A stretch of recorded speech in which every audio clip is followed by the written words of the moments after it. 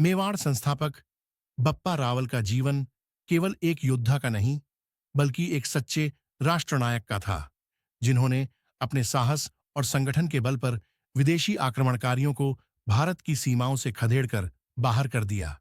महज 23 साल की उम्र में शत्रुओं से रक्षा करके बप्पा रावल चित्तौड़ के राजा बने और मेवाड़ साम्राज्य की स्थापना की। बप्पा रावल के जन्म के समय इस्लाम का उदय हो चुका था। 712 ईस्वी में उमैयद सिपह सालार मोहम्मद बिन कासिम ने सिंध के राजा दाहिर को पराजित कर सिंध पर कब्जा जमा लिया था। इस्लामी आक्रांता अपनी सीमाओं का विस्तार करने में जुटे थे।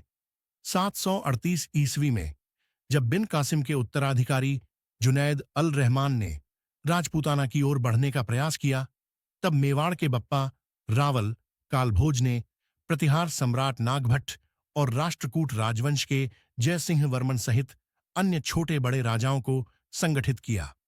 महापराक्रमी बप्पा रावल अरब आक्रमणकारियों को भारत से खदेड़ना शुरू किया। उनका नेतृत्व इतना सशक्त था कि भारत में खलीफत स्थापित करने का सपना धरा का धरा रह गया। बप्पा रावल ने अरब आक्रमणकारियों को खदेड़ते हुए अफगानिस्तान की राजधानी गजनी तक विजय प्राप्त की। उन्होंने गजनी के शासक सलीम को हराया और अपने भतीजे को गजनी का राजा नियुक्त किया। बप्पा रावल के नाम पर ही रावलपिंडी का नाम पड़ा। उन्होंने रावलपिंडी को अपना सैन्य अड्डा बनाया और अफगानिस्तान में कम से कम 15 बार अरब आक्रमणकारियों को हराया। बप्पा रावल केवल एक वीर योद्धा ही नहीं, बल्कि एक धार्मिक और समर्पित राजा भी थे। उनका जुड़ाव भगवान शिव से गहरा था। उन्होंने शैव संत निन्हारीत आशी से आशीर्वाद प्राप्त किया था। इसी के फलस्वरूप उन्होंने मेवाड़ राज्य की स्थापना की और यवनहंता के रूप में प्रख्यात हुए। उन्होंने उदयपुर के निकट कैलाशपुरी में एकलिंग जी महादेव मंदिर की स्थापना की थी।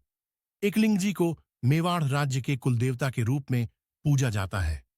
बप्पा रावल का कहना था कि संपूर्ण मेवाड़ भगवान शिव का है और वह केवल उनके दीवान के रूप में राजकाज संभालते हैं। बप्पा रावल ने अफगानिस्तान से लेकर ईरान तक केसरिया ध्वज लहराया। उनकी वीरता और नेतृत्व की परंपरा ने मेवाड़ के इतिहास को गौरवान्वित किया। उनके वंशज राणा कुंभा, राणा सांगा, महाराणा उदय सिंह और महाराणा प्रताप सभी इसी महान परंपरा के उत्तराधिकारी थे। एकलिंग दीवान के रूप में यह परंपरा आज भी मेवाड़ की धन्यधरा पर विद्यमान है।